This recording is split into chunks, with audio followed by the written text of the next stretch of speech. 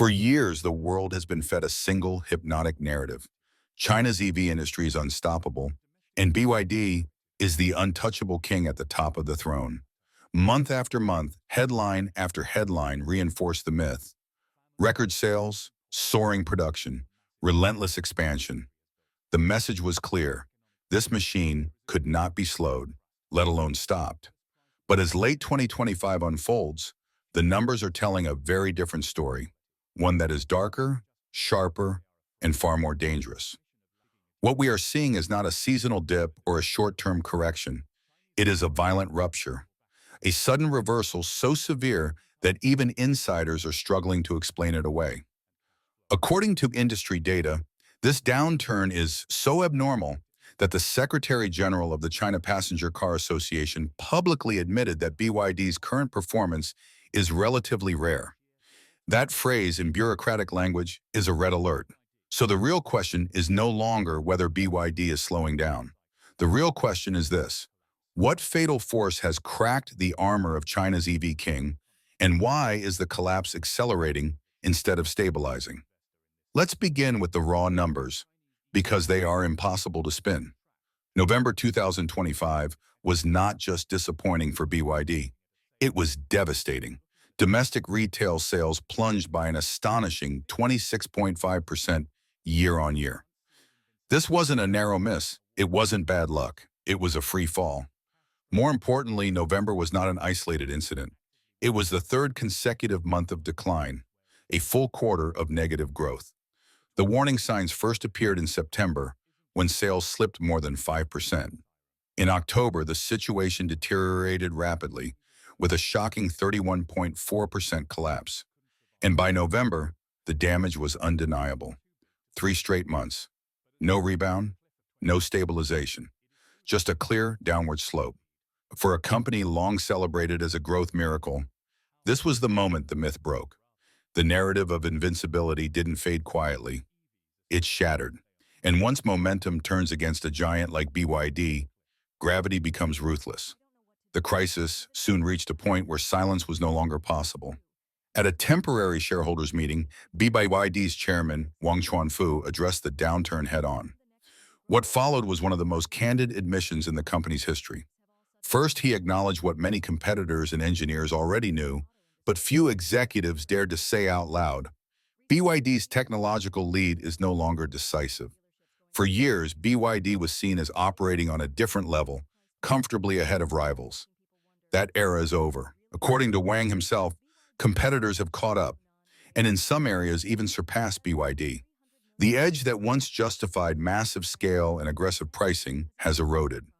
Second, he pointed to specific technical failures that are actively driving customers away. Among them, slow charging speeds in low-temperature environments, a problem that strikes at the core of EV usability. In a hyper-competitive market, these small issues are lethal. Consumers no longer tolerate compromises, especially when alternatives are everywhere.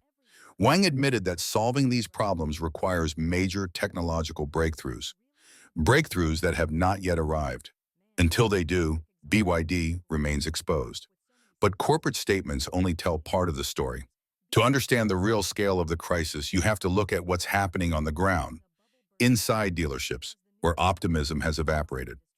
A recent industry survey revealed something alarming. Nearly 80% of auto dealers expressed a pessimistic outlook in November. That means 4 out of 5 frontline sellers, the people closest to consumers, no longer believe the market will recover soon. The reason is brutally simple. They are drowning in inventory.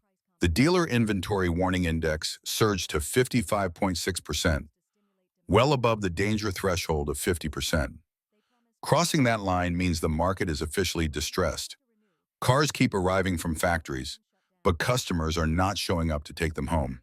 Showrooms sit quiet even on weekdays. Some dealerships report selling only a handful of vehicles across an entire month. Under these conditions, survival becomes math, not hope. Many dealers now expect to slash operations by at least 50% next year.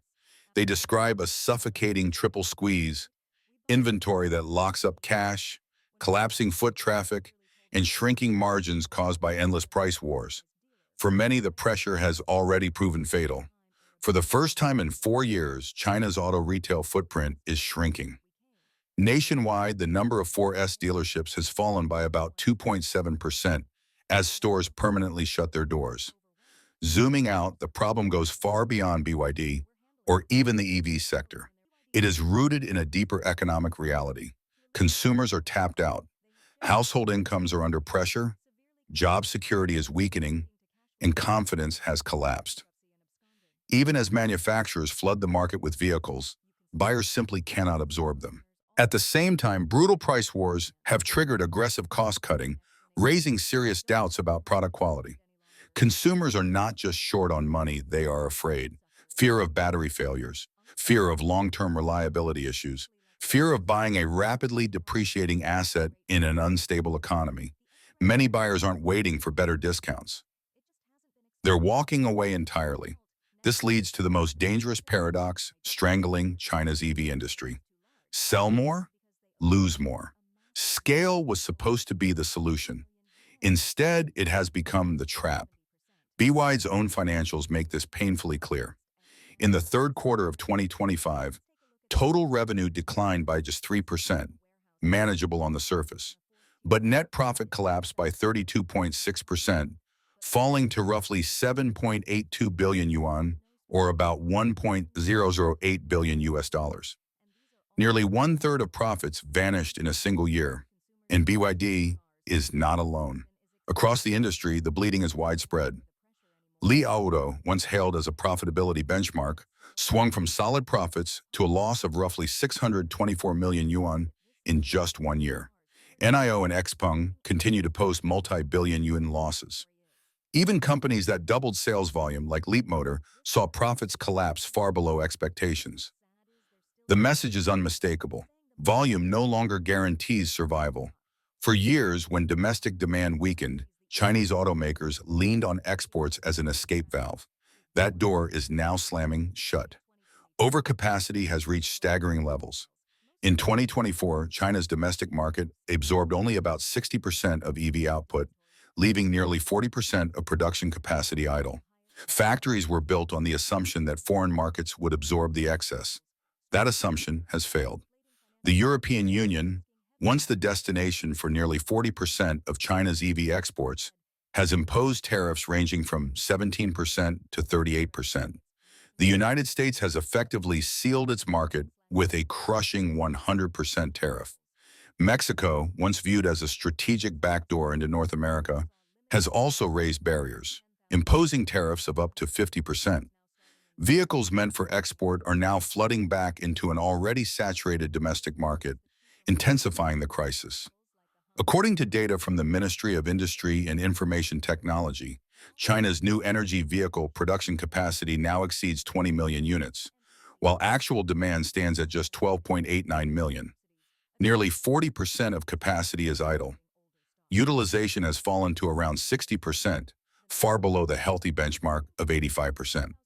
This is the definition of a zombie industry: too expensive to shut down, too unprofitable to keep running, and the pressure is about to intensify. On January 1st, 2026, China's long-standing purchase tax exemption for new energy vehicles will end, replaced by a 5% tax. That single policy shift is expected to remove over 100 billion yuan in consumer incentives. The China Passenger Car Association forecasts total passenger vehicle sales will decline by 2.1% in 2026, while NEV growth slows sharply from 27% to just 13%. As 2026 approaches, BYD faces a three-front siege: a saturated domestic market with shrinking purchasing power, a global market closing behind tariff walls, and a technological race where it is no longer clearly ahead. The 26.5% sales collapse in November is not just a data point. It is a warning siren. BYD may be too big to fall overnight, but it is no longer too big to bleed. And if the king of China's EV industry is struggling to stay on the road, the rest of the sector may already be racing to him. But the collapse does not stop at electric vehicles. What is happening to the EV industry is merely the most visible symptom of a much broader economic breakdown spreading across China. Real estate, once the backbone of household wealth, has entered a death spiral. Developers are bankrupting in waves, unfinished buildings rot in silence, and millions of families are trapped with mortgages on homes that will never be delivered. Local governments, dependent on land sales for revenue, are running out of money, cutting services, delaying payments, and quietly accumulating hidden debt. Manufacturing orders are shrinking, exports are blocked, and private businesses are closing faster than new ones can be created. What once looked like a slowdown now resembles systemic failure, where no single sector is strong enough to support the rest. On the factory floor, the consequences are brutal and immediate.